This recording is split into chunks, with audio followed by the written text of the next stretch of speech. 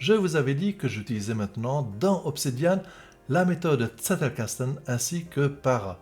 Un mois est passé et mon utilisation a changé. Je vais vous montrer où j'en suis aujourd'hui. Alors on se retrouve de suite dans mon Obsidian et vous voyez qu'il y a un gros changement. On ne retrouve plus les 4 répertoires qu'on avait la dernière fois. 1 projet, 2 à suivre, 3 ressources et 4 archives.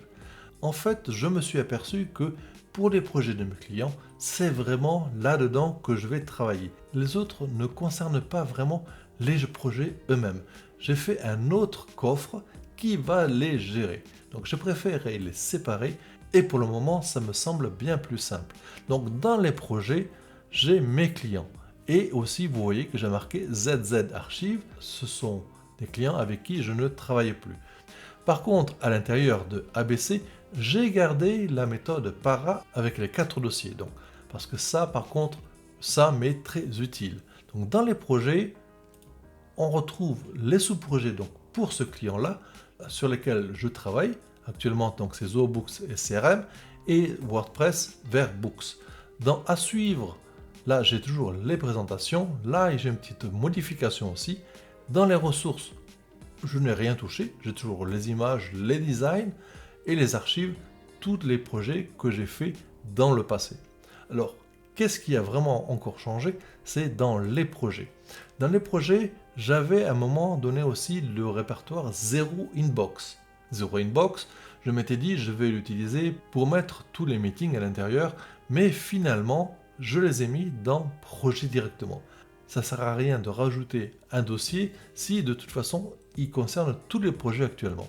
J'ai enlevé le répertoire Inbox et maintenant, donc, je mets mes meetings dans les projets directement.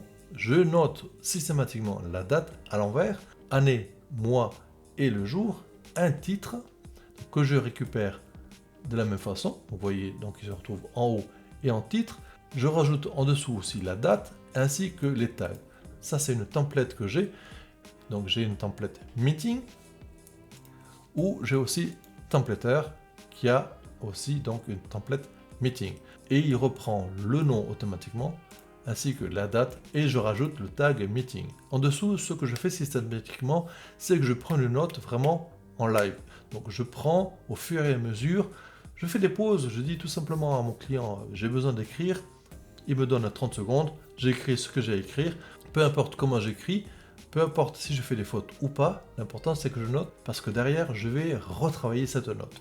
Donc ça c'est une note vraiment brute et je n'ai pas du tout donc de format. Ensuite, une fois le meeting est terminé, c'est là que je vais retravailler donc ma note et faire un résumé ainsi que tout ce que je dois faire. C'est cette fameuse deuxième note, donc je préfère la dupliquer pour vous montrer l'évolution. Donc de cette note-là, j'obtiens cette note-là, avec, vous voyez toujours la même note en bas, j'ai mis juste les 3 tirets pour signaler la différence entre les notes. Parce que quand je crée la note au-dessus, je veux voir aussi la note qui est donc prise en live. Ça me permet de faire du copier-coller. Alors je pourrais utiliser bien sûr 2 onglets, ou je pourrais mettre 2 colonnes, mais je préfère directement l'avoir l'un au-dessus de l'autre dans la même note. Donc vous voyez, là maintenant, j'ai fait quelque chose qui est beaucoup plus clair. Donc vous voyez que j'ai repris comme titre les projets, donc WordPress et Books, qui sont les 2 projets sur lesquels j'ai travaillé, et ainsi que tout ce que je dois faire à l'intérieur. L'avantage d'avoir cette note-là, c'est que j'ai une vue vraiment globale de tout le projet où j'ai les sous-projets à l'intérieur. Par contre, ce n'est pas comme ça que je travaille sous-projet par sous-projet. Et c'est là que cette note globale, je vais la découper. Obsidian a un plugin interne qui s'appelle le compositeur de notes qui permet de découper ou au contraire de rassembler plusieurs notes entre elles. L'inconvénient, c'est que le compositeur de notes a très peu de paramètres. Après extraction, on peut faire un lien vers le nouveau fichier, donc ça c'est très utile.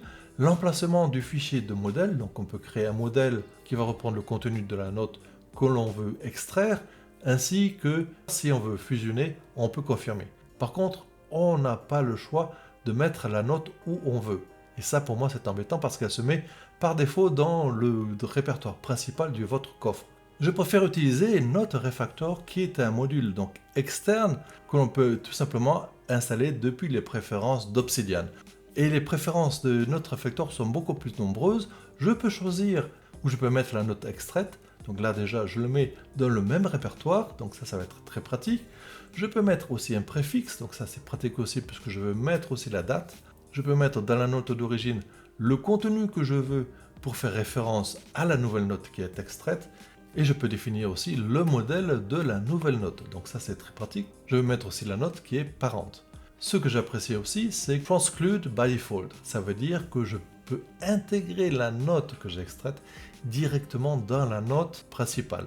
On se retrouve sur ma note donc, que j'ai déjà rédigée, mais je vais maintenant la séparer.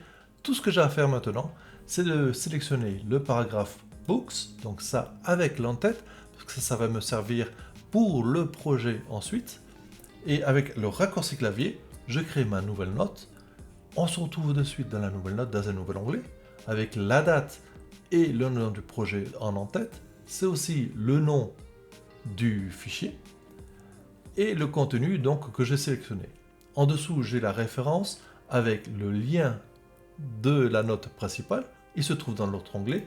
Dans cet onglet, je retrouve ma note ainsi que le contenu de la note, donc c'est le côté Transclude, que j'ai extraite. Donc je retrouve de toute façon le contenu de ma note.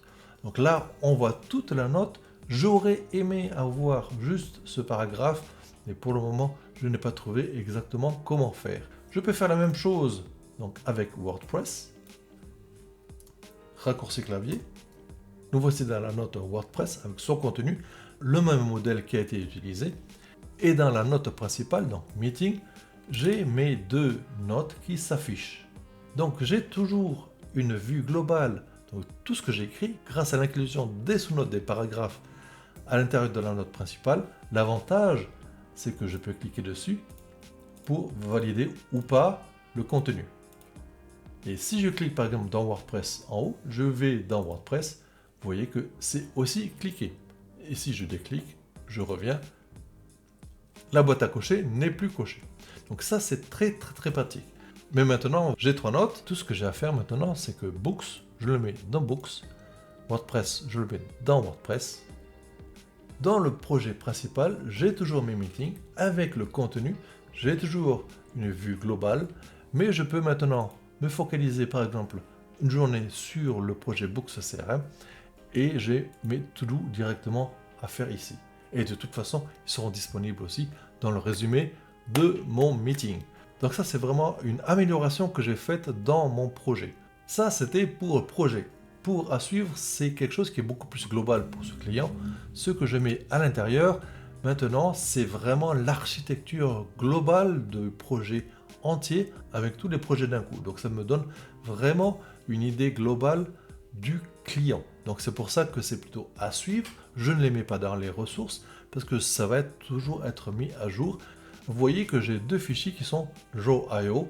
Je n'utilise pas les Canva ni Excelate Draw parce que d'abord je suis plus habitué à Draw.io et j'ai aussi beaucoup plus de flexibilité. Alors par exemple pour ce client, j'utilise donc Draw.io pour créer tous les flux qu'il y a entre les différents modules de mon projet. Donc là c'est un exemple, mais je peux avoir plusieurs vues différentes bien sûr de ce diagramme par rapport à ce qui m'est demandé. Alors je préfère utiliser Draw.io plutôt que le Canva d'Obsidian ou le plugin Excelate Draw. Draw.io me donne beaucoup plus d'outils et ça reste bien sûr en local. Donc je peux vraiment le mettre dans mon coffre Obsidian et l'avoir toujours à disposition. Ensuite, ressources et archives, ça je n'y ai pas touché pour le moment. J'ai vraiment travaillé sur les projets et à suivre pour vraiment réordonner toutes mes informations. Donc voilà où je suis aujourd'hui dans Zettelkasten Para et Obsidian. Si vous avez des questions, si vous avez des remarques, n'hésitez pas à les mettre dans les commentaires et je vous retrouve une prochaine fois.